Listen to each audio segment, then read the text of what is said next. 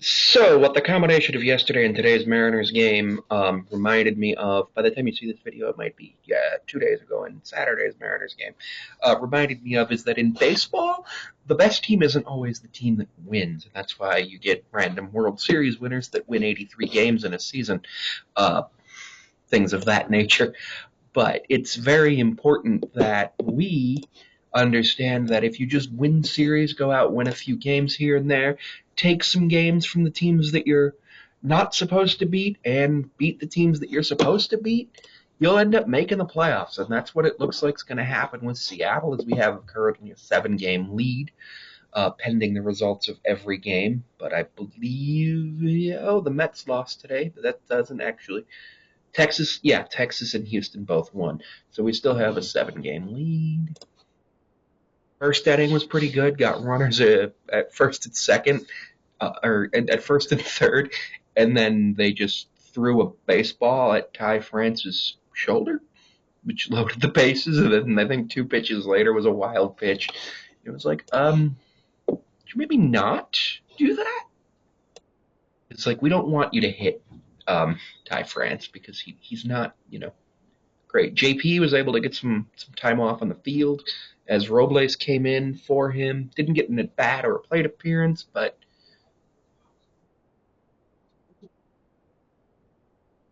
was able to take care of some of that to give some time off for JP.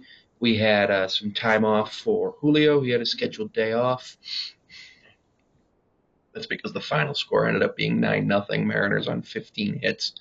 Marlins had 4 hits, and Walter really made a case for his all-star candidacy. It was really nice. Second inning went by quick. Both batters basically faced the minimum. Cal's looking better at the plate. He had some deep hits, got a sac fly and a hit. He looked really good on that sac fly. I thought it was going to get out.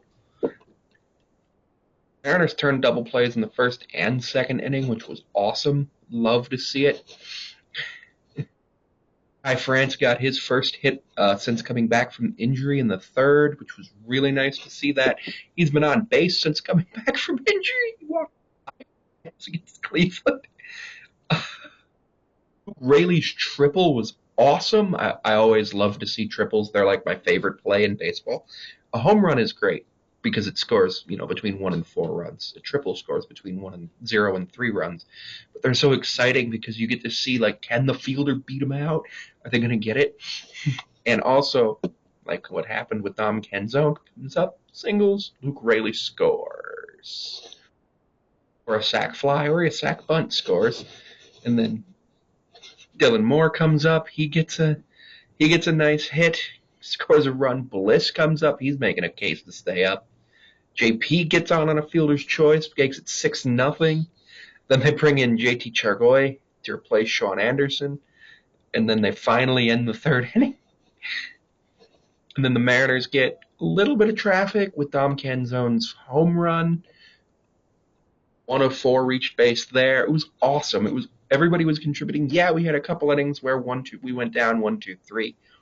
But they had a lot of innings when they went down 1-2-3 or 1-2 did something small 4. We walked 1 and struck out 8. They walked none and struck out 9, which is always interesting because it's usually when the Mariners don't have a walk, they don't win a game. The Mariners improved to an incredibly good record when they score 3 or more runs. I think we're almost 750 win record when we score 3 or more, and we're at like a 250 win-loss record when we score less than 3. That's what happens. Logan Gilbert went 8, gave up 4. Hits, no runs, brings ERA down to 2.71. His got 99 strikeouts and a .89 whip. I need to look at MLB stat leaders. I think he has the highest or the lowest. Uh,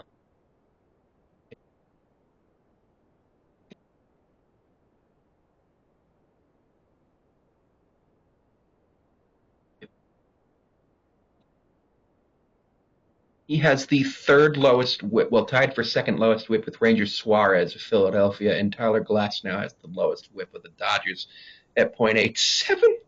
Gilbert's average allowed against is a 196, and Glasnow's is a 173. That is absolutely incredible when you think about that.